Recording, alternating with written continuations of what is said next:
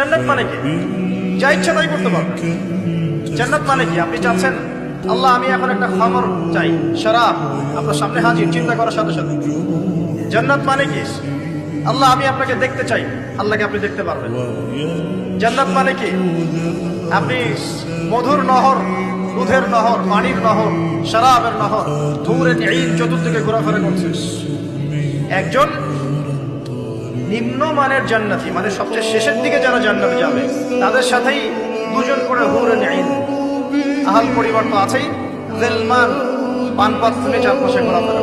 জান্নাত মানে কি? যেখানে যা ইচ্ছা তাই করা যাবে, বলার কেউ নাই, বাধা দেওয়ার কেউ নাই, সেখানে কোনো মৃত্যু নাই, সেখানে কোনো অহেতুক কথাবার্তাও নাই, কোনো গান গল্প নাই, কোনো মিথ্যা নাই, কষ্টের ক্লেশ মাত্র নাই, থুতু ফেলতে হবে না। জান্নাত মানে থুতু ফেলতে হবে না।